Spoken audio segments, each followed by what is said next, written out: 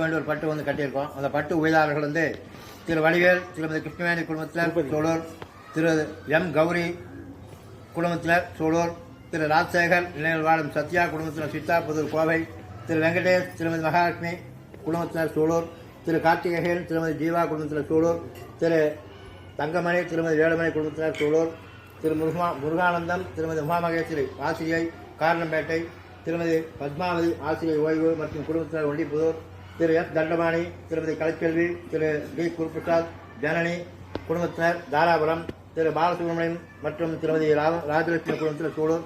இந்த உபயதாரர்கள் நம்ம இன்னைக்கு ஒரு சில பட்டு வந்து அவங்க உபயோகம் பண்ணியிருக்காங்க. இந்த உபயதாரமாக வாழ்க்கை எல்லாம் வளம்பெற ஸ்ரீ ஸ்ரீ ராகவேந்திர சுவாமி பதிகூர் நடுத்துறை நம்ம இந்த நேரத்தில் பிரார்த்தனை பண்ணிக்கலாம். இதில் வந்து பொங்கல் கொண்டிருக்காங்க இன்றைக்கி, அதை வந்து பரிமாற போகிறாங்க. இந்த உபயதாரர்கள் இருவருமே வாழ்க்கையில் எல்லாம் வளம்பெற ஸ்ரீ ஸ்ரீ ராகவேந்திர சுவாமியுடைய பரிபூர்ணங்கள் சொல்லி நம்ம அவங்களுக்காக இந்த நாள் பிரார்த்தனை பண்ணிக்கலாம். அதே போல் 27/2/2026 வெள்ளிக்கிழமை வந்து ஏகாதசி வர்றது. அன்றைக்கி வந்து எண்ணெய் காப்பு இருக்கும். அன்றைக்கி எண்ணெய் காப்புக்கு வந்து பணமாக தரலாம், அது எண்ணெய் வாங்கி தரலாம். அதே போல் 2/3/2026 திங்கட்கிழமை சத்யநாராயண பூஜை மாலை 6 மணிக்கு நடக்கும். 3ஆம் தேதி சந்திர கிரகணம். அதனால் வந்து நான் 2ஆம் தேதியே நம்ம செய்கிறோம்.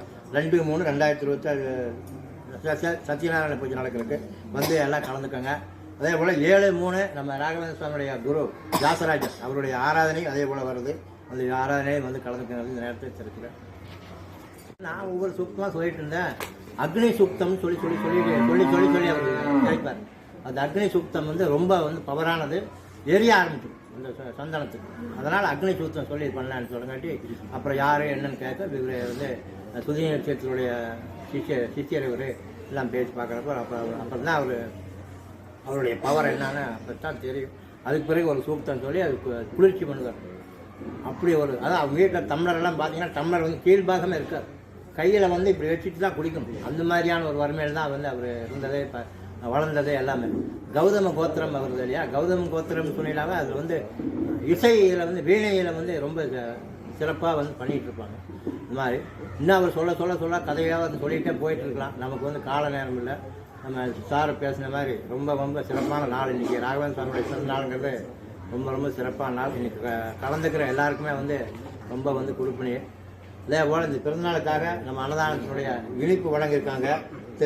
திருமதி விஜயலட்சுமி மற்றும் பிரவீன் குடும்பத்தில் வந்து இனிப்பு வழங்கியிருக்காங்க. அவர்களும் வாழ்க்கையில் எல்லா வளம்பெற ஸ்ரீ ஸ்ரீ ராகவேந்திர சுவாமியுடைய மதிப்பு தர்மம்